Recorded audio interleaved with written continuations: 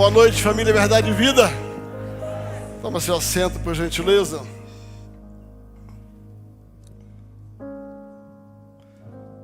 Bom estarmos mais um domingo, juntos celebrando ao Senhor, felizes por aquilo que Deus tem feito.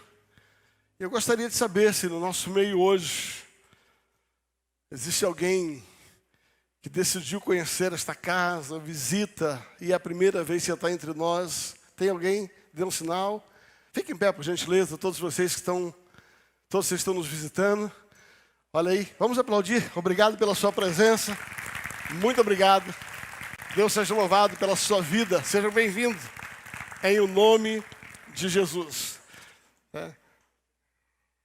Estamos num período diferenciado, né? Você teria recebido um abraço e tomado um café, né? Só que você vai ficar sem abraço e sem café, né? Mas em breve, se Deus quiser, nós estaremos normalizados. Diga amém. Esse trem tem que acabar, né? Eu já estou cansado dele. Eu não me canso fácil não, mas já estou irritadinho com ele direitinho, sabe? Já dou um pau nele, desaparece. Amém, queridos? Louvado seja Deus. Ontem tivemos a nossa celebração com o True Life. Fraco, Johnny. Vou falar com você, ó. Essa tua turma tá com nada. Eu vou tentar de novo. Ó, voltei. Ontem nós tivemos a celebração com o True Life. Meia dúzia de gato pingado. É que eles também ficaram proibidos, entre aspas, de estarem aqui, né? Nós tivemos ontem 120 jovens aqui, aproximadamente. Amém? Tá? E no final dessa celebração, vai estar aberto novamente as inscrições para o próximo sábado e também para o próximo domingo. Então, você pode ficar atento assim que concluir, assim que nós dermos o ok, tá? Será liberado pela secretaria as inscrições para a celebração. Deixa eu dar uma dica para você que está em casa e não conseguiu fazer a inscrição. Tem acontecido alguns imprevistos, né? E normalmente, às vezes, sexta, sábado, às vezes até mesmo no domingo, algumas pessoas acabam ficando impedidas de estar aqui. É diferente de se inscrever e não vir, né? São impedimentos, por mais diversos possíveis. E se você entrar, principalmente sábado à noite, domingo pela manhã, você vai ver que as pessoas, alguns deles, fazem o cancelamento da sua inscrição.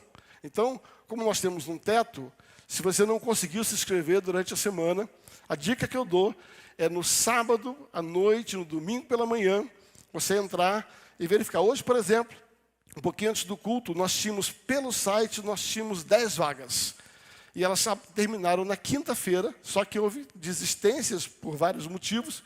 Então, se você não conseguiu fazer a sua inscrição durante a semana, fechou a inscrição, normalmente existem algumas desistências, e eu louvo a Deus, obrigado por aqueles que entenderam a responsabilidade e fazem o seu cancelamento a tempo de outros poderem vir. Mesmo assim, estamos com a igreja cheia, quase não vejo nenhuma cadeira vazia, apesar das inscrições que foram canceladas. Amém, queridos? Eu não sei quanto a vocês estão gostando da série? Amém? Meia dúzia, tá bom. Não tem problema não. Eu estou gostando, né? Eu estava conversando com a pastora Mirna hoje, né? Estávamos batendo papo. O grande desafio que é você pregar sobre assuntos tão relevantes para a vida cristã, para a nossa condução de vida, para o nosso relacionamento. São valores. Eu disse quando nós começamos essa série que na minha adolescência eu ouvi um pastor interino na nossa igreja. E ele, então, o primeiro sermão dele foi que ele ia pregar sobre o Sermão da Montanha. E durante todo o tempo que ele fosse interino, ele ia pregar um sermão só, sobre um texto só. E o que ele disse foi, para convencer, se nós conseguirmos viver essas verdades na nossa vida, nós estamos num nível muito elevado de cristianismo. Tá? O Sermão da Montanha, ele resume a base da doutrina cristã. Quando nós estávamos para iniciar essa série, eu estava muito preocupado, como continuo preocupado, em que a igreja esteja preparada para a volta de Jesus. Jesus está à porta, não se engane, Jesus está voltando. E Eu creio que é tempo de nós prepararmos as pessoas para a volta de Jesus. E de que maneira você melhor prepara as pessoas para a volta de Jesus, a não ser levando a um entendimento de santidade, de retidão. Porque quanto mais você estiver firmado em Cristo, nos princípios de Cristo, a volta de Jesus não pode te assustar. Seja ela no início, seja ela no meio, seja ela no final. Seja ele você arrebatado antes de Cristo vir, seja ele no meio dos 3 anos e meio, ou seja no final da grande tribulação, não importa quando Jesus vai voltar, se antes, no meio ou depois, se você estiver preparado, você está bem na fita. Então, quando nós procuramos vivenciar e estabelecer um pouco as doutrinas que aqui estão, o nosso propósito é tornar uma igreja madura e preparada para a volta de Jesus em qualquer circunstância. Eu costumo dizer o seguinte: todas as vezes que alguém me pergunta qual é o meu entendimento a respeito dos fins do tempo, né? qual é a nossa finalidade como igreja, nós estamos orando em busca disso, e Deus ainda não me trouxe nenhuma clareza sobre esse assunto especificamente. Tá? Existem verdades que podem te levar a crer numa coisa, em outra, todas elas fundamentadas na Bíblia. Muitos pregadores e teólogos têm falado sobre isso. Entretanto, Deus me deu uma frase a respeito desse assunto, que eu já falei com vocês e eu vou repetir. Quando alguém me pergunta, como é que você entende a volta de Jesus? Eu falei, eu não sei. Na verdade, eu não sei se Jesus volta no início, se ele volta no meio da tribulação, ou se ele volta no final. Uma coisa eu sei. Se Jesus voltar hoje, eu tenho que estar preparado. Se Jesus voltar daqui a 100 anos, eu tenho que estar preparado. Então não importa se ele vai voltar amanhã, depois de amanhã, daqui a 100 anos, o importante é que eu esteja pronto para ir o dia que ele vier. Então, como é que eu posso estar pronto? De que maneira eu posso estar pronto? Tendo uma vida reta, entendendo as verdades da palavra. Porque a palavra é tudo aquilo pelo qual nós seremos avaliados quando chegarmos no céu. As verdades e os princípios da palavra serão os critérios pelos quais eu e você, quando chegarmos diante do trono branco, essas serão as leis pelas quais nós seremos julgados. Sendo assim, como é que você, não conhecendo a lei, vai praticá-la? Não conhecendo o mandamento, você vai praticá-la. Não conhecendo os princípios da palavra, você vai praticá-la. Então, o nosso esforço nesses dias é mais do que trazer uma série de informações, mas é trazer um alerta para você e para mim. Jesus está à porta, Jesus está voltando, e você precisa estar preparado para isso. Então, quanto mais você estiver firmado nas verdades e nos princípios da palavra, mais você está seguro para a volta de Jesus. Mas o capiroto não pega você.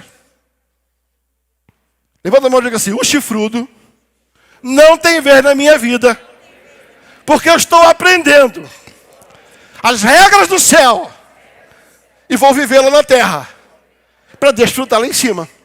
Aleluia! Então essa é a verdade, essa é a razão pela qual nós estamos trabalhando tantas coisas interessantes. Já falamos por 8 mensagens a respeito do homem abençoado. E os princípios do homem abençoado. E como é divergente a ideia da bênção de Deus com a bênção do homem. O que é ser feliz segundo a humanidade, segundo o homem, e o que é ser feliz segundo Deus. Terminamos a série das bem-aventuranças, entramos na semana passada, startamos um projeto que é dizer assim, é se ser diferente. É importante porque quando você é diferente, você faz diferença. Diga comigo, quando eu sou diferente, eu faço diferença.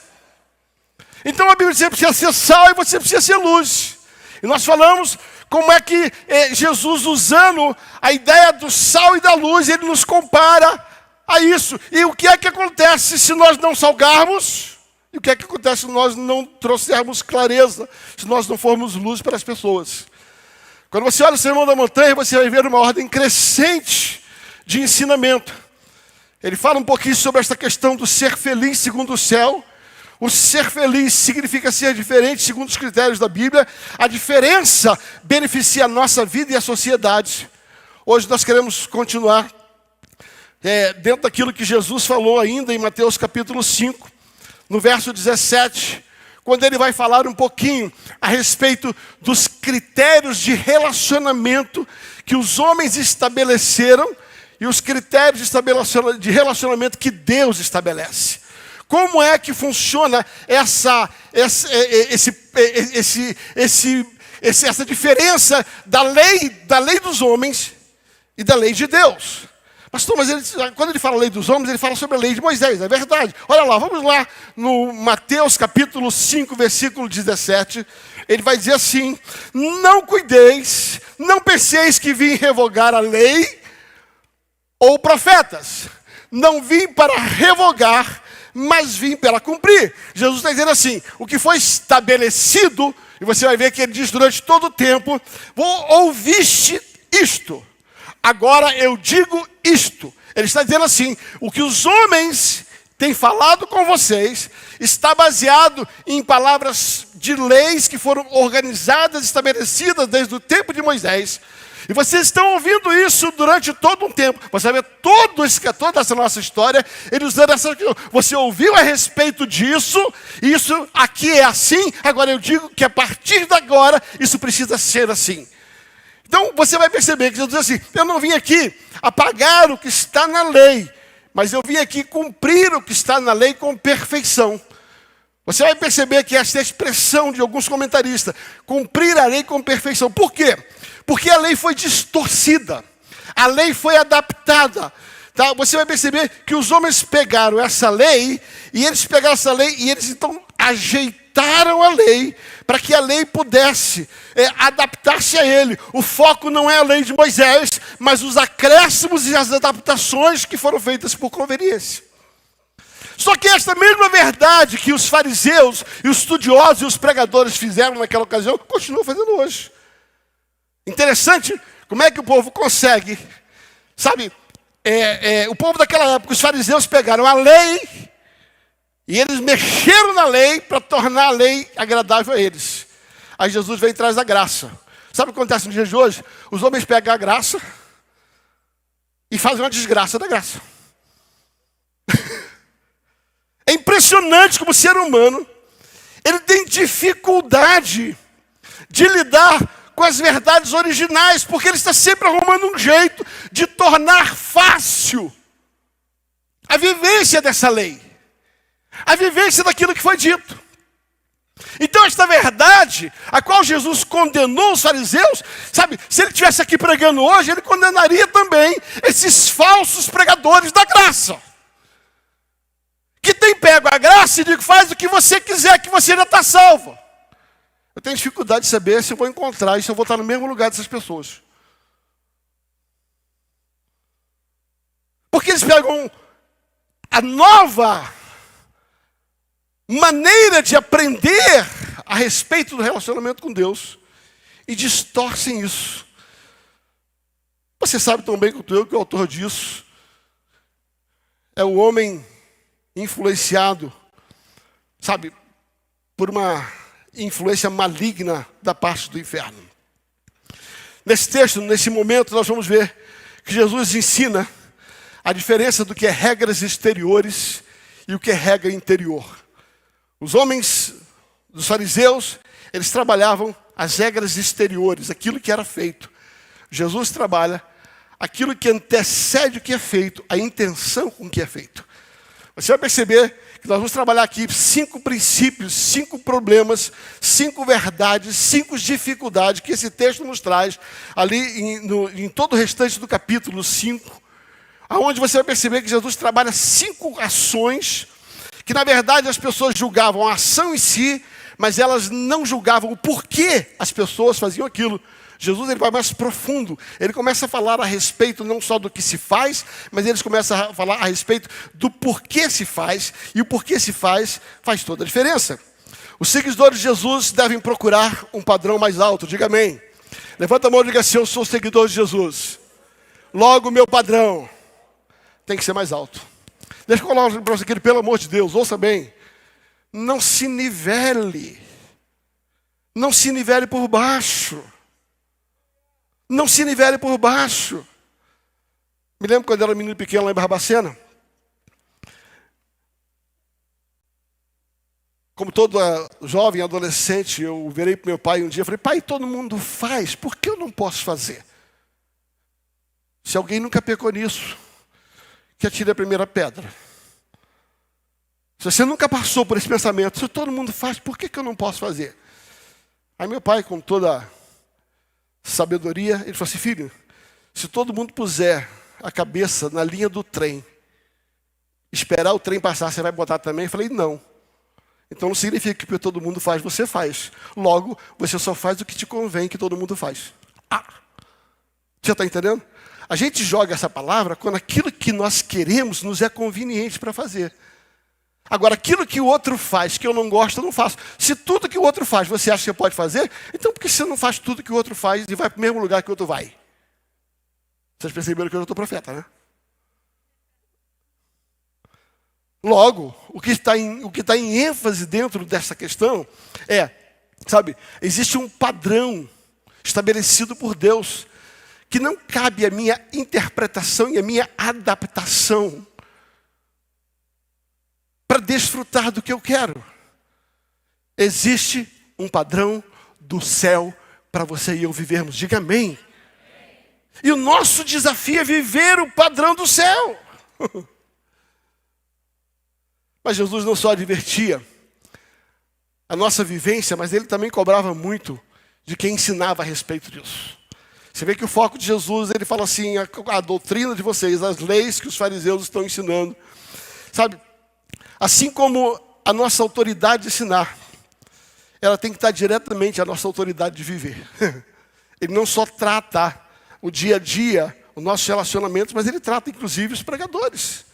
Ele vai dizer assim, sabe, ele vai falar, você que ensina, você que é fariseu, sabe, você não pode continuar pensando e falar coisas que você não vive. E colocar sobre a vida da pessoa peso que você não carrega. Olha o que está escrito lá em Mateus, capítulo número 23. Mateus, capítulo 23, versículo 2 a 5. Mateus 23, versículo 2 a 5. Deixa eu ver se eu consigo até lá. Mas na cadeira de Moisés estão assentados os escribas e os fariseus. Fazei e guardai, pois tudo que eles vos disserem, porém não vos imiteis nas suas obras, porque dizem o que não fazem. Diga comigo, eles dizem o que não fazem. Aí versículo seguinte. Eles atam fardos pesados, já difíceis de carregar, e os põem sobre os ombros dos homens. Entretanto, eles mesmos, nem com um dedo, querem movê-los. Versículo 5. Praticam, porém, todas as suas obras, com o fim de serem vistos dos homens, pois alargam os seus, que nome é aquilo ali? Filatérios. Parabéns, obrigado. Hã? Franja. Vou fazer um parênteses aqui. Tá. Vou fazer um parênteses aqui. Sabe o que eu me lembrei agora? Tá. Posso fazer uma graça? Não é pecado? Eu vou continuar a pregar. Sabe o que eu lembrei agora que eu li essa palavra? Em 1976, eu fiz meu primeiro vestibular. Você vê que eu sou velho. Né? E na época eu estava fazendo economia, um vestibular para economia na PUC. E na ocasião, o critério para você passar para a segunda fase era tirar 6 na prova de redação. Era só uma prova. Fazia a prova de redação. Se você tirasse 6, você ia para a segunda fase. E eu me recordo que nesse período, era assim, a economia estava bombando. Né? Era a época do Delfim Neto, sabe? Estava bombando. O Delfim ela é professor da PUC, aquela história toda. E resumindo a história. Aí eu falei, eu vou ser economista. E eu fui fazer o vestibular. Aí cheguei no vestibular. A história do vestibular, Daniel, era sobre a crise do petróleo daquela época. Né? E o Brasil ainda estava muito precário em relação ao petróleo. E eles terminavam com a pergunta, depois do texto. Você não acha que é uma utopia que o Brasil seja autossuficiente no petróleo? Sabe qual é o problema? Eu não sabia que era utopia. Eu nunca tinha ouvido essa palavra, utopia. Então como é que você vai responder uma pergunta, uma palavra que você não sabe? É por isso a história lá, filatácia, falácia. Por que não bota? Voltando ao texto. Não é só para você ficar alegre, eu passei no vestibular. Então vamos lá. Né? Graça e misericórdia. Né? Então, o que Jesus está falando a respeito disso é que não adianta você querer ensinar algo que você não vive. Quando você ensina o que você não vive, ele está dizendo assim, você está lançando peso para a pessoa carregar, do qual você não quer mover um dedo para poder fazer. Então, dentro deste contexto, Jesus está trabalhando que existe uma forma de você viver esta lei da graça. E a forma de viver entendendo as distorções, não observando os pregadores que estão trazendo peso para isso, mas observando a verdade da letra da palavra que está escrita. Jesus identifica algumas tentações que envenenam e guerreiam nos nossos corações. Jesus vai falar a respeito de 5 coisas da qual nós precisamos zelar, tá? Que a lei dizia algo e Jesus disse, não é bem assim. É algo muito melhor. Vamos ver as 5. A primeira grande tentação pela qual nós precisamos vencer chama-se ira. Fala comigo, ira. Levanta o dedo e diz assim, ira. Deixa eu colocar algo para você, antes da gente trabalhar isso. A Bíblia diz, irai-vos, mas não pequeis. Como é que eu consigo irar, mas não pecar? Porque eu tenho que ter a ira no lugar certo. Sabe, a Bíblia me autoriza a ter ira do pecado. A ter ira de uma ação errada. O que a Bíblia não me autoriza é mirar contra a pessoa que cometeu o erro. Vocês estão entendendo? Ou seja, o nosso foco não é a pessoa, mas a ação. Nós precisamos entender a ação da pessoa e não ser cordato pacífico com a ação. E nós precisamos trabalhar em cima de uma ira santa no sentido de acertar a ação. Mas não significa que porque você está acertando a ação, você está contra a pessoa, mas você está contra aquilo que ela fez. Diga amém. E esse talvez seja um dos maiores problemas a gente lidar com algumas coisas. Porque a gente rotula que aquilo que a pessoa faz, ela é. Isso não é verdade, ela só fez. Ela não é aquilo. Mas Jesus começa a tratar um pouco essa questão da ira. Ele diz assim, odiar o irmão é tão errado quanto matar o irmão. Repita comigo, odiar o irmão é tão errado quanto matar o irmão. Mateus capítulo 5, a partir do verso 21 até 25. Mateus 5, 21 a 25. Ele vai falar sobre isso. Mateus 5, versículo 21 ao versículo de número 25. Ouviste que foi dito aos antigos, não matarás. Quem matar estará sujeito a julgamento.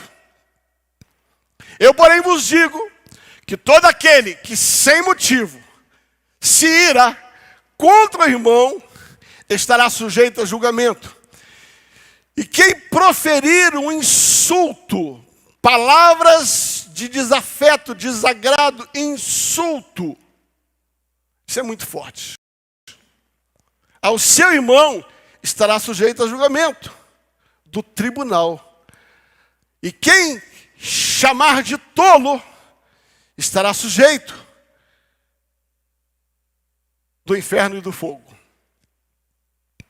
Se, pois, ao trazeres a tua oferta ao altar, ali lembrares do teu irmão e tem alguma coisa contra ti, deixa perante o altar a sua oferta. Vai primeiro reconciliar com o teu irmão e então voltarás com a tua oferta. Finalmente, versículo 25. Entre em acordo sem demora com o teu adversário, enquanto estás com ele no caminho, para que o teu adversário não te entregues ao juiz, ao oficial de justiça, e seja recolhido na prisão. Jesus está tratando a distorção da lei de Moisés de Êxodo capítulo 20, versículo de número 13, onde ele diz não matarás. Ou seja, o 6º mandamento, aonde ele diz não matarás. Ele vai estar trabalhando, ele está dizendo assim, na lei de Moisés diz não matarás. Agora, eu quero dizer para você, o que é esse não matar? O não matar não é só uma ação física. Ele vai dizer o seguinte, o que acontece com a ira? A ira leva a esse homicídio. A evolução da ira se dá da seguinte maneira, presta atenção. A ira, faz assim, a ira entra pela mente, fala comigo, entra pela mente, avança para a boca, desce para o coração e se torna uma ação.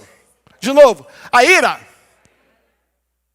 ela entra na mente, desce para a boca, desce para o coração e vira ação. O que Deus está falando, Jesus está ensinando sabe, o não matar não significa só tratar o ato, significa tratar o início da ira. Quando você mata a ira, quando você mata aquele sentimento na tua mente, você não vai falar sobre ele. Se você não consegue matar o sentimento na sua boca, depois que passou pela sua mente, sabe, você precisa matar na boca, porque se não matar na boca, ele desce para o coração. E se você não matar o coração, o que a Bíblia está dizendo você vai acabar matando de verdade. O que Jesus está falando existem passos que você pode dar, a partir do momento em que você detectar que você começou a ficar irado. Vamos tentar simular algo. Eu estou andando aqui, o Johnny me dá um empurrão e me bota na parede. Aquilo vem na minha cabeça, falou, o Johnny não gosta de mim. O Johnny está com raiva de mim. Eu não trato isso, aí chego pro Ades e falo assim, cara, você não viu que o Johnny não gosta de mim? Você percebeu o que ele fez? Ele me jogou na parede, ele está fazendo isso, não é a primeira vez que ele faz isso? Aí eu trouxe para cá. Depois que eu trouxe para cá, quando eu não trato isso, eu fico remoendo no meu coração, vou matar esse cara. Eu vou matar ele. E quando eu não trato, na primeira chance, eu vou matá-lo. Jesus vai dizer assim, o cristão não pode deixar esse caminho da evolução na vida dele. Diga amém. Sabe que ele põe a mão na cabeça e diga assim, ei, quando vier um pensamento de ira contra alguém, Espírito Santo, bloqueia. Mas se vazar e vier para a boca, Espírito Santo, cala minha boca, domina minha língua. E se continuar, por favor, trata o meu coração, para eu não matar e ser condenado. Vocês estão entendendo o que Jesus está falando? Ele está assim, o problema não é matar, o problema é o processo que passou pelo qual você matou. E nesse processo, você não matou só a pessoa, mas você influenciou outras pessoas a matarem também. Tudo que você não tratar, vai crescer. E se crescer, fica complicado. Como diz um amigo meu, vai dar ruim. Vai dar ruim. Até quando não trataremos os pensamentos? Isso fatalmente nos levará a falar do irmão. A Bíblia diz que quando você sentir que você vai falar, vai para Tiago capítulo 3, versículo 6. Cuidado com essa língua, porque ela vira fogo. A língua é como um fogo incontrolável. Quando nós não tratamos o pensamento, nem o que falamos, vamos ter que tratar esse sentimento. Sabe, a Bíblia diz ali em Efésios capítulo 4, 25 e 26, irai-vos, mas não pequeis, não se ponha o sol sobre a vossa ira, porque se você fizer isso, você vai dar lugar ao diabo. E quando você não trata o coração, isso vira uma ação, porque isso se torna uma raiz, depois que se torna uma raiz, isso fica difícil de conter. Hebreus capítulo 12, versículo 15, tendo cuidado que ninguém vos prive da graça de Deus, e de que nenhuma raiz de amargura vos perturbe, e por ela você contamine muito.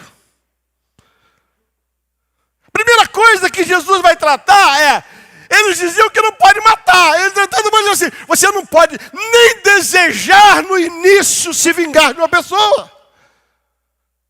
Se alguém fizer algo contra você, bloqueia já na mente.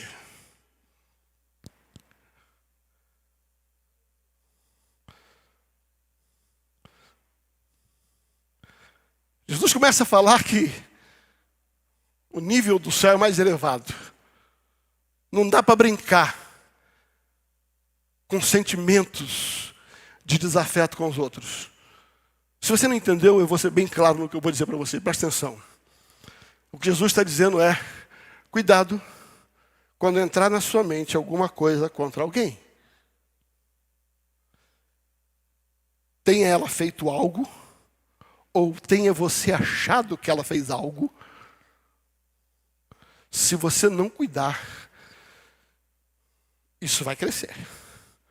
Lembra da historinha que eu contei do caçador de onça? Quem lembra da historinha do caçador de onça? Pouca gente, vou contar de novo. Disse que um homem queria aprender a caçar onça. E aí, ele foi procurar um especialista. E o especialista, depois de dar toda a orientação para ele, falou assim, ó, fica em cima da árvore, não se mexe, porque é estreito matar onça. E a onça veio, ele veio que deu um trabalho danado matar a onça. A onça avançou, o cara saiu todo arranhado, matou a onça, mas deu uma trabalheira danada. Quase morreu, a onça arranhou o caçador. E aquele homem voltou para casa pensativo, né, depois daquela experiência. Aí quando ele está chegando em casa, ele olha a esposa dele fazendo um café e tem um gato pardo passando assim na janela. Ele pega a espingarda dele e pá! Mata o gato. A esposa falou, você está maluco? O gato da vizinha. Ele falou assim, amor, esse bicho a gente mata quando ele é miudinho. Porque depois que cresce, dá uma trabalheira danada. Diga assim, a ira, fala comigo, a ira, o sentimento ruim, mata enquanto é miudinho. Senão vai dar trabalho para matar. A primeira coisa pela qual Jesus diz assim, ó, quem é cristão tem um nível mais elevado para viver. Você que é cristão, precisa entender que para Jesus odiar um irmão é tão errado quanto matá-lo fisicamente. Diga amém. Segunda coisa pela qual tentação que nós precisamos vencer chama-se imoralidade. Uau! Aí começou a ficar bom. Imoralidade.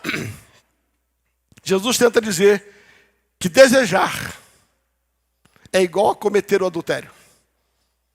Mateus capítulo 5, de 27 a 30. Mateus capítulo 5, de 27 a 30.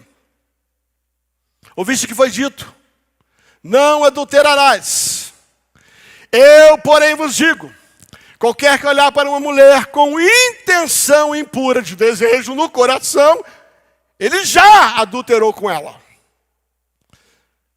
Se o teu olho direito faz tropeçar, arranca e lança para fora de ti, porque convém que se perca um dos teus membros e não seja todo o teu corpo lançado no inferno.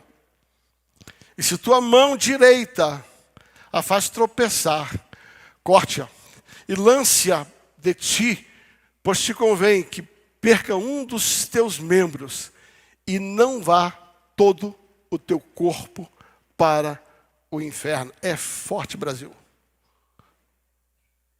E não foi eu que disse, foi Jesus. Jesus estava tratando agora uma outra lei. O sétimo mandamento. O sétimo mandamento que é não adulterarás. Quer dizer, vocês ouviram que você não pode adulterar, mas eu estou dizendo, não é só não adulterar. A lei dizia isso. Agora eu quero dizer para vocês, sabe, o que é que eu digo a respeito disso? Ele diz assim, a imoralidade é o ponto de partida do adultério. Eu vou repetir. A imoralidade é o ponto de partida do adultério. E a imoralidade inclui todas as, por favor, atenta, todas as formas de atividade sexual. Se você gosta de escrever, escreva isso. A imoralidade inclui todas as formas de atividade sexual. Seja ela mental, seja ela verbal, seja ela física ou seja ela tecnológica. Eu vou repetir. A imoralidade é o ponto de partida do adultério. Imoralidade, ela pode ser expressa mentalmente, desejos. Ela pode ser expressa verbalmente, sedução, através de palavras. Ela pode ser fisicamente, através de toques. Mas nos dias de hoje, Existe uma forma de moralidade que está proliferando, chama-se tecnologia. Deixa eu ser bem claro. Hoje eu estou com vontade de pregar e de ser de profeta aqui. Cuidado, dedinho no teclado. Cuidado, dedinho no teclado. O Salvador do céu está olhando para você. Cuidado, dedinho no teclado. Cuidado com o iPad e o iPhone. Ei, você está brincando? Não estou fazendo graça. Tem um sem fim de gente que está adulterando, sem tocar em ninguém. E você acha que isso vai ter uma punição menor do que se você sair e cair para o adultério? E tocar em alguém, pegar alguém fisicamente e levar para os pontos finais? Não! Jesus diz assim, presta atenção. De novo Jesus diz, toma cuidado enquanto é miúdo.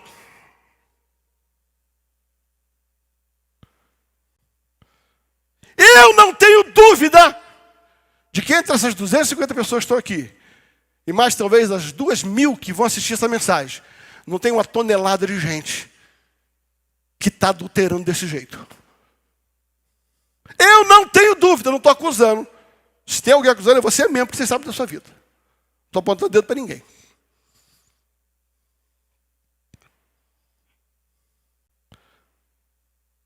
O que Jesus está dizendo é, ser cristão é um nível mais elevado.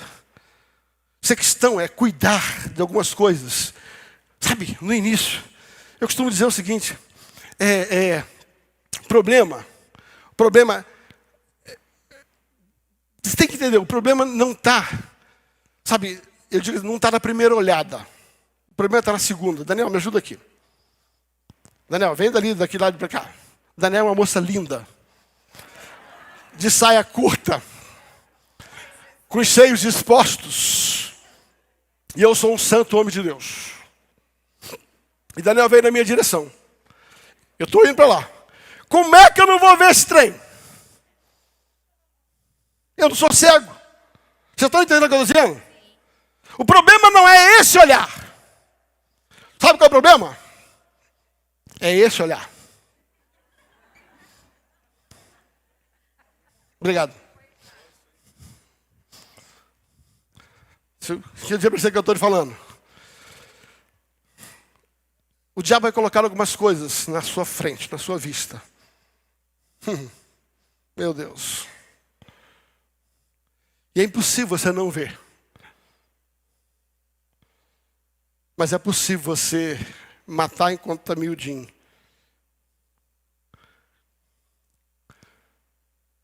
É quase impossível você assistir televisão hoje e não se expor a uma cena provocativa. É quase impossível você fazer isso.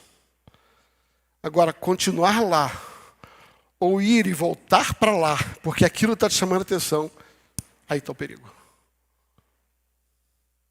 O que Jesus está tratando é, o desejar é igual a cometer adultério. Sendo assim, cuida da imoralidade. O mesmo princípio da evolução que se aplicou, a ira também se aplica a isso. Se você não evita no início, isso vai crescer, vai crescer, vai crescer, vai crescer e vai crescer, até que isso se torna um laço na sua vida.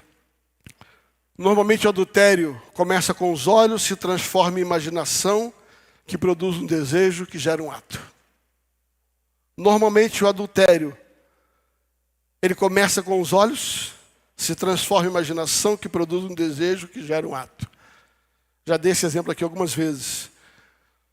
Moça, senhora, casada, marido casado, para com essa brincadeirinha de sair com um coleguinha do sexo oposto, sozinho, para comer, para dar carona, tomar carona. Porque isso vai gerar um desejo, vai gerar uma atração. O diabo vai botar alguém, presta atenção, o diabo vai botar alguém, eu sei porque eu estou falando aqui que tem gente que precisa ouvir isso. O diabo vai botar alguém na sua vida que tem uma virtude que você detesta porque seu marido não tem. E quando você fala assim, E aquele sentimento de apreciação que era só de um comportamento que você gostava, se você não mata isso, isso vai crescendo, isso derruba você. Querido, como é que eu faço? Como é que eu vou combater isso? Me diz assim, pastor, como é que eu vou combater isso? Fala comigo, pergunta para mim. Não, de novo, pergunta para mim. Você quer saber? Tá bom, então eu vou contar. Primeiro, faça uma aliança com seus olhos. Jó capítulo 31, versículo 1. Jó diz assim: fiz uma aliança com os meus olhos, como, pois, fixaria numa donzela? Uau! Faça uma aliança com seus olhos. Salmo 101, versículo 3. Salmo 101, versículo 3. Não porei coisa injusta diante dos meus olhos. Aborreço o proceder dos que desviam, nada disto me pegará. Fala comigo assim, esse trem não vai me pegar. Quando vier diante dos meus olhos, eu tenho uma aliança com ele. Segundo, remova da tua vida coisas, pessoas e lugares que são laços. Segunda coisa, remova da sua vida coisas, pessoas e lugares, são laços.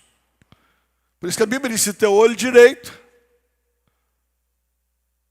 te atrapalhar, arranca ele. E eu gosto da evolução. Ele fala, se você não consegue deter o olho, toma cuidado, porque você vai ter que segurar a mão. Se você não consegue segurar a mão, o teu corpo todo está danado. É isso que ele está tentando dizer. Vocês estão entendendo o que Jesus está falando? Vocês pensaram que o que Jesus tem, uma construção de Jesus é inteligente? Se teu olho direito fazer você pecar, arranca que é por aqui que começa. Mas cuidado, porque se você não gerar, você vai virar ação. Mão é ação. E se virar ação, é melhor você arrancar a tua mão antes que vire ação. E você não conseguir, aí o corpo todo está na água. 1 Coríntios capítulo 6, versículo 18. 1 Coríntios capítulo 6, versículo 18. Fugir da impureza, da imoralidade. Qualquer outro pecado que uma pessoa cometer é fora do corpo. Mas aquele que pratica a imoralidade peca contra o próprio corpo. Chuta que é laço. Manda para fora. Observa se o lugar que você está indo, ele te induz ao pecado. Descarta. Se o que você está assistindo te induz ao pecado, não veja. Se pessoas que você convive estão te levando a pensar sobre o pecado, descarta. Posso ouvir um amém? Deus está falando com você? Tomara que esteja. Terceira coisa, como é que eu faço para poder combater isso? Tenha consciência de que isso é fechar a porta do céu. Eu vou repetir. Tem um bom motivo para você combater isso. Isso vai fazer com que no dia do juízo a porta do céu esteja fechada para você e para mim. 1 Coríntios capítulo 6, versículo 9. Ele vai dizer assim: ou não sabeis que os injustos não herdarão o reino de Deus? Não vos enganeis, nem os impuros, nem os idólatras, nem os adúlteros, nem os efeminados, nem os sodomitas vai entrar no céu.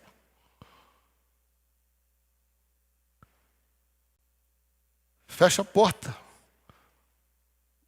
do teu coração para que o céu não feche a porta para você. Eu vou repetir. Fecha a porta do teu coração e dos relacionamentos ruins, porque senão o céu vai fechar a porta para você. E ele vai falar um pouquinho no versículo 29, versículo 30. Que o problema não é só o que acontece com você, mas o que acontece com você pode respingar em outro. E se você já seria condenado pelo que você fez, vai ser pior se aquilo que você fez influenciar o outro, escandalizar o outro, e o outro tropeçar por causa daquilo que você fez. Olha o versículo 29, Mateus 5, 29 e 30. Olha o que ele vai dizer. É na sequência que ele vai falar a respeito disso. Ele vai dizer assim: se o teu olho direito faz tropeçar, arranca, lança-o fora. Porque convém que percas o que é teu membro e que não sejas o corpo inteiro lançado no inferno. Continua dizendo. Tá? Se tua mão direita tropeçar, corta, lança fora, pois convém que perca os teus membros, para que o teu corpo inteiro ele vá para o inferno. Jesus está tratando que nós não podemos ser pedras de escândalo, pedras de coisas pela qual as pessoas vão cair. Cuidado para que, se por um lado você compromete a sua salvação, quando pessoas caem porque você fez aquilo, essas pessoas que caírem, elas ajudam na sua condenação. Então, não seja pedra de tropeço. Terceiro lugar, Jesus trata a desonra, a tentação da desonra. Mateus capítulo 5, do verso 31 ao verso 37, eu não vou ler para a gente ganhar tempo. Mas tem o 35, do verso 31 ao verso 37. Ele vai tratar dois tipos de honra. A primeira honra que ele vai tratar é a honra ao matrimônio. Deixa eu pegar aqui, ó, Mateus 5, deixa eu abrir aqui. Mateus 5. Ele vai tratar a honra do matrimônio. Ele vai dizer assim: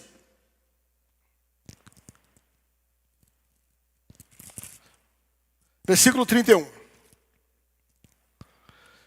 Também foi dito: aquele que repudiar a sua mulher, dê-lhe carta de divórcio. Isso é o que a lei dizia. Eu, porém, vos digo: qualquer que repudiar a sua mulher, exceto em caso de relação sexual ilícita, a expõe, tornando adúltera, e aquele que casar-se com a repudiada comete adultério. Querido, eu vou me dar o direito de não pregar sobre segundo casamento, se pode ou não, o que é adultério, o que não é. Depois vocês conversam, façam um curso de casais, se você tem alguma dúvida sobre isso. Eu quero só trazer um princípio que Jesus coloca aqui. Ele está falando sobre um nível mais elevado. Ele está falando o seguinte, você vai perceber isso em Mateus capítulo 19, isso eu quero ler. Mateus capítulo 19, versículo 3 e 8, quando ele vai falar sobre o adultério. O que Jesus está tentando nos ensinar a respeito disso? Mateus 19, de 3 a 8, diz assim: então, viram que alguns dos fariseus experimentavam, perguntando: é lícito o marido repudiar a sua mulher por qualquer motivo? Então respondeu ele: não tendes lido que o Criador desde o princípio fez homem e mulher? E disse-lhe: por esta causa deixará o homem seu pai e sua mãe, se unirá à sua mulher, tornar-se-ão os dois uma só carne. Do modo que já não são mais dois, porém uma só carne, porém o que Deus ajuntou, não separe o homem. Replicaram: por que mandou então Moisés dar carta de divórcio e repudiar? Tá? Olha eles querendo justificar a facilidade da lei. Versículo, ele respondeu, fala comigo, por causa da dureza do vosso coração, é que Moisés permitiu repudiar a mulher. Jesus está falando assim, voltamos à origem. O problema não é porque você divorciou, mas o quanto você não quis acertar. Você endureceu o coração de tal maneira. E aí a gente podia passar aqui, fazer um curso sobre isso. O que é endurecer o coração? É você jogar na sua mente informações para justificar o que você quer. A maioria dos divórcios se dão porque as pessoas, elas pegam os motivos que elas querem para provar para ela mesmo que não dá mais. Então, quando você endurece o seu coração, você já divorciou. Você já separou. Em outras palavras, o problema não é a ação do divórcio. O problema é a incapacidade de deixar Deus ajudar a manter o seu casamento. É tentar lidar com isso, com a força natural. E deixar o pensamento virar palavras, que vira sentimentos, que vira ação.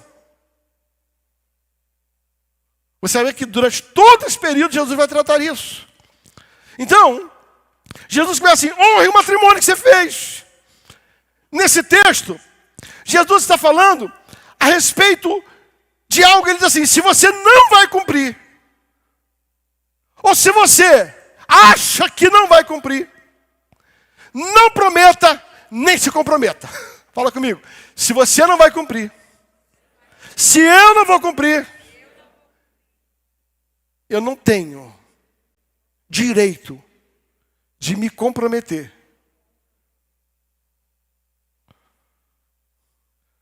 Quando você casou,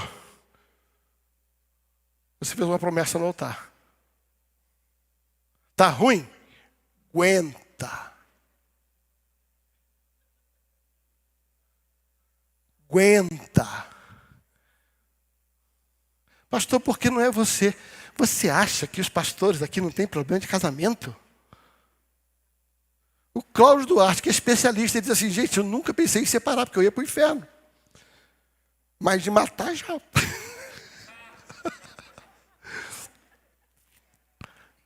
Sabe que relacionamento é difícil em qualquer instância, mas no casamento é mais difícil. Agora, quem foi que botou uma faca na tua goela e mandou você falar?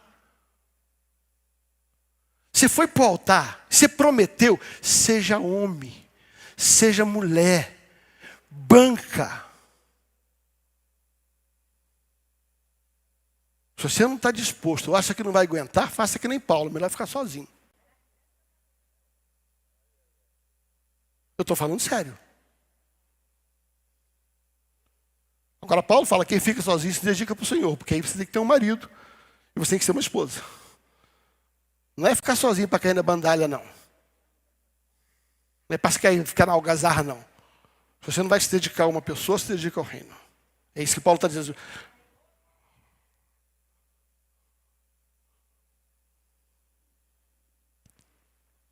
Se você não vai cumprir, não prometa, nem se comprometa. Mas Paulo não fala só sobre honrar o casamento. Ele fala sobre honrar a palavra dada.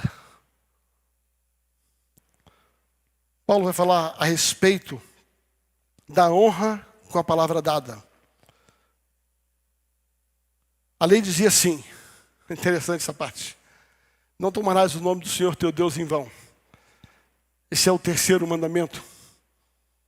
Agora deixa eu explicar para você o que ele está dizendo. Ele está dizendo o seguinte: naquela época, presta atenção, me ajuda aqui, ó. Eu preciso acelerar. Naquela época,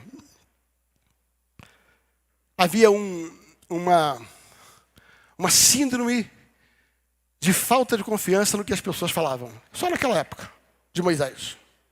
Né? Naquela época as pessoas não acreditavam na palavra do outro. Então eles criaram uma lei.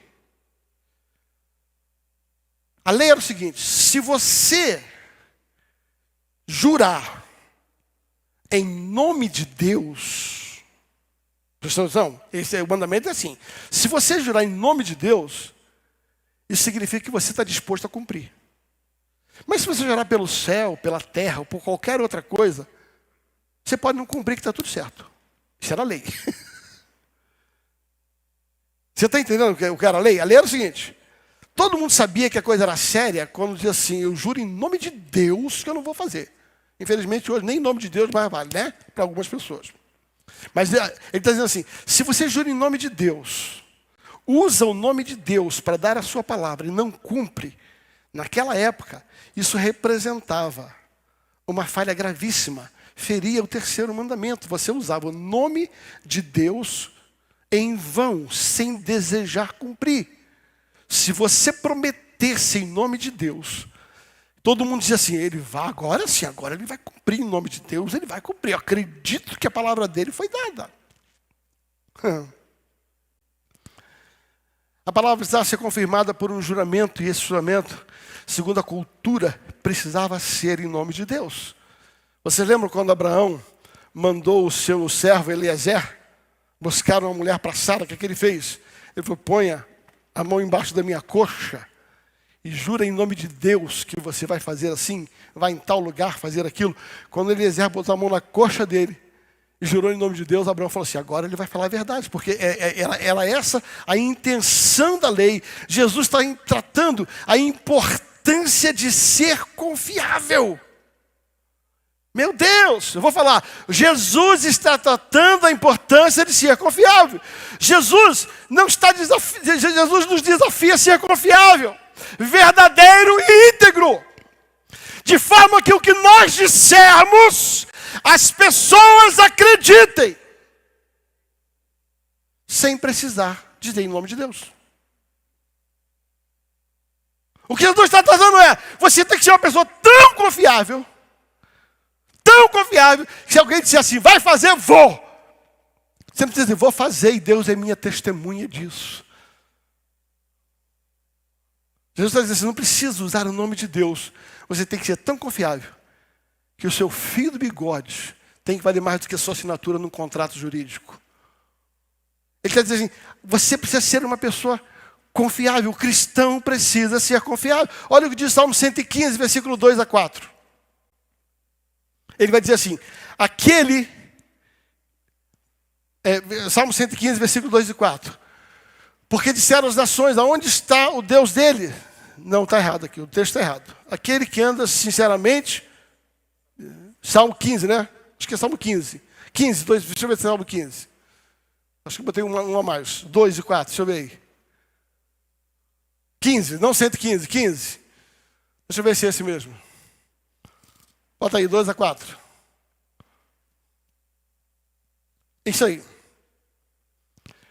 O que vive com integridade e pratica justiça e de coração fala a verdade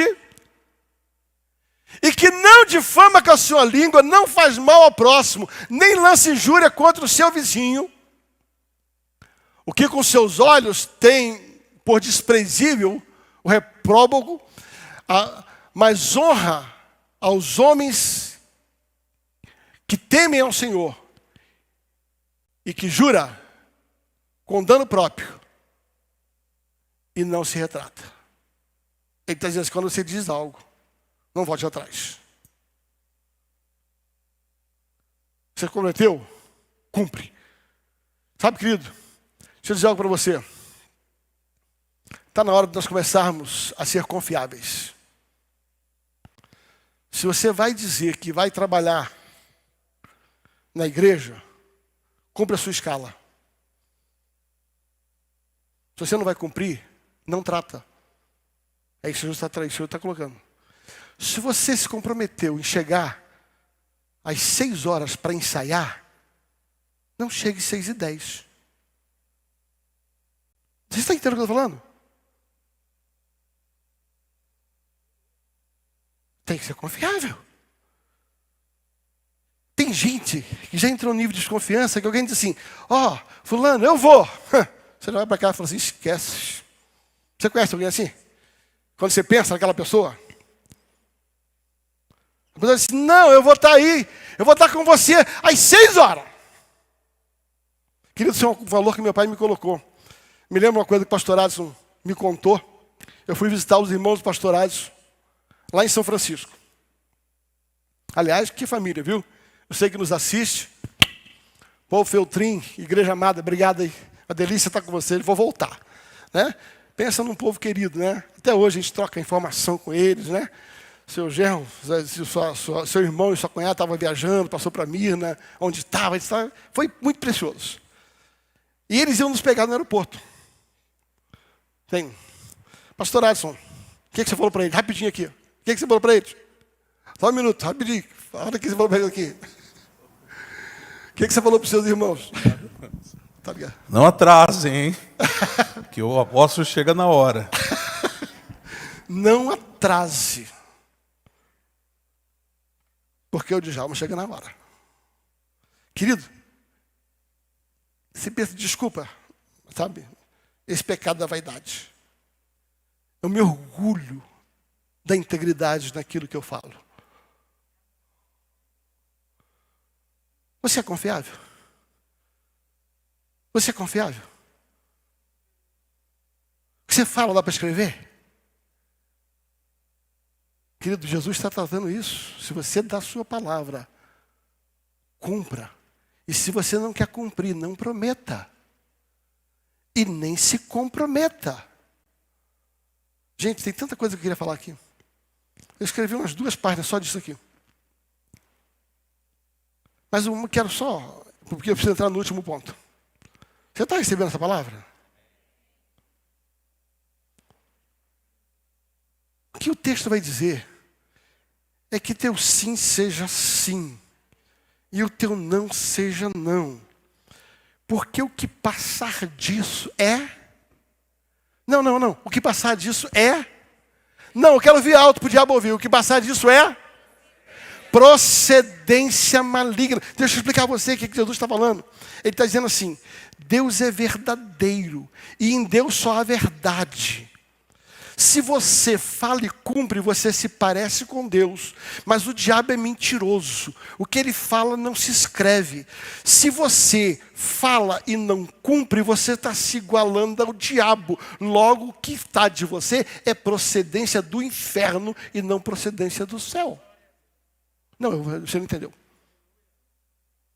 O fato de se comprometer e não fazer, torna você semelhante ao diabo e diferente de Deus.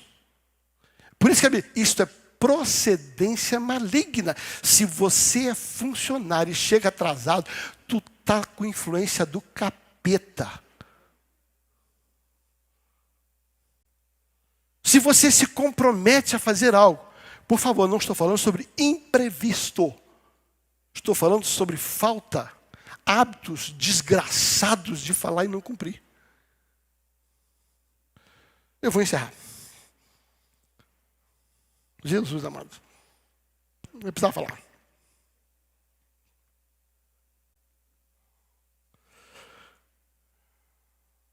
Quarta tentação.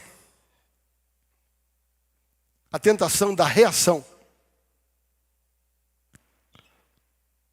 Recusando a retaliação em vez de uma atitude defensiva.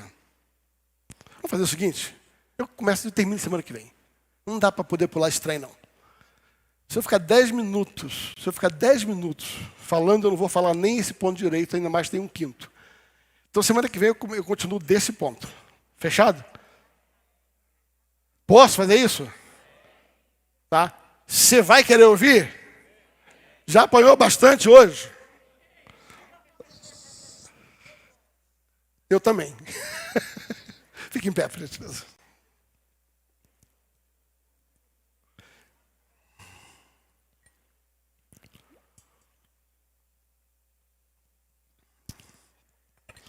Eu tinha programado para terminar essa série em outubro, mas acho que vai até dezembro. Eu vou repetir, queridos. Eu conversava hoje com a pastora Mia na tarde. Como tem feito todas as semanas que eu estou com uma mensagem preparada. Todas as semanas a gente conversa. E eu digo para ela assim, tem sido um desafio para mim. Um desafio muito grande. Porque como Jesus disse, eu não posso ser como um fariseu que ensina e joga um peso no outro que não pode carregar. E que não quer carregar. Cada vez que eu trago um assunto para vocês, eu quero que vocês saibam, eu já me comprometi em Deus de vivê-los. E se não vivê-los, não é por falta de caráter, é porque eu ainda não venci algumas coisas, mas eu vou vencer em nome de Jesus. Eu quero ser achado fiel quando Jesus voltar. Eu quero que você seja achado fiel quando Jesus voltar. E essas verdades que nós estamos compartilhando são verdades que vão garantir o céu para você. Observe, leia Mateus 5, 6 e 7 e vê quantas vezes Jesus fala que se não fizer isso vai para o inferno, não fizer isso vai para o fogo eterno, se não cumprir isso, o que Jesus está dizendo é, sabe, você tem que estar preparado para viver no céu. Então, eu não estou aqui com nenhuma intenção de acusar e jogar peso, mas eu estou aqui te amando, porque eu quero estar no céu junto com você. E essas verdades vão nos levar para o céu. E viver essas verdades vão nos ajudar a viver aqui na terra. Talvez não de maneira que o mundo diga que é prazerosa. Mas eu não me importo se o mundo acha que eu sou bocó. Não me importa se o mundo diz que eu sou trouxa. Importa que meu pai, ele possa olhar e dizer assim, aí está meu filho amado. E aquilo que ele faz me produz prazer. Ainda que não produza prazer para mim, para minha alma. Ainda que não produza prazer para os outros. Mas se produzir prazer em Deus é o que eu quero. Eu quero que Deus aprove a minha vida. Eu não estou buscando a aprovação de homens. Embora a aprovação deles é um reconhecimento da minha vida com Deus. Mas se Deus aprovar, ainda que os homens desaprovem, é isso que eu vou viver. Um dia, falando um pouco sobre isso, alguém falou assim, mas você é muito trouxa. Eu falei, sou mesmo. Muito trouxa, muito bocó. Eu sou um burro para você.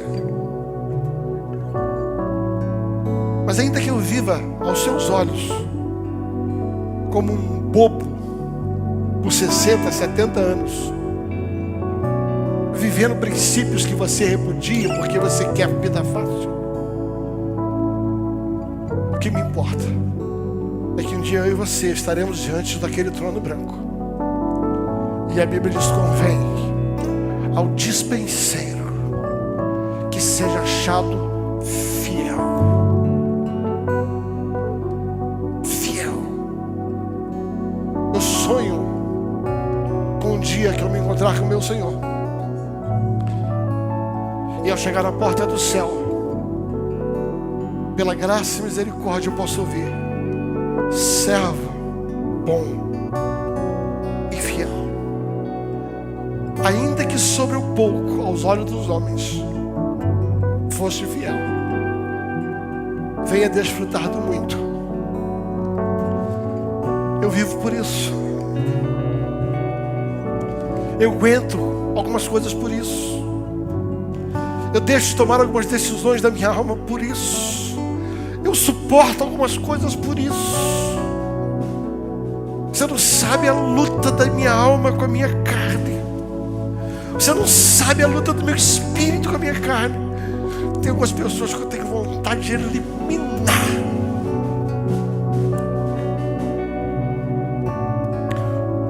Queria ver longe. Essa é minha alma. Essa é minha alma. Mas eu quero enxergar as pessoas como Deus enxerga. Ainda que eu passe o resto da minha vida lutando contra um sentimento humano que não está de acordo com o sentimento de Deus, eu vou até o final, mas eu vou ser fiel a Deus. Eu vou ser fiel àquilo que Ele colocou. E Deus nunca te deixa passar por uma provação que você não possa suportar. Vale a pena ser fiel. Segura a onda, aguenta a bucha. Anda no critério de Deus.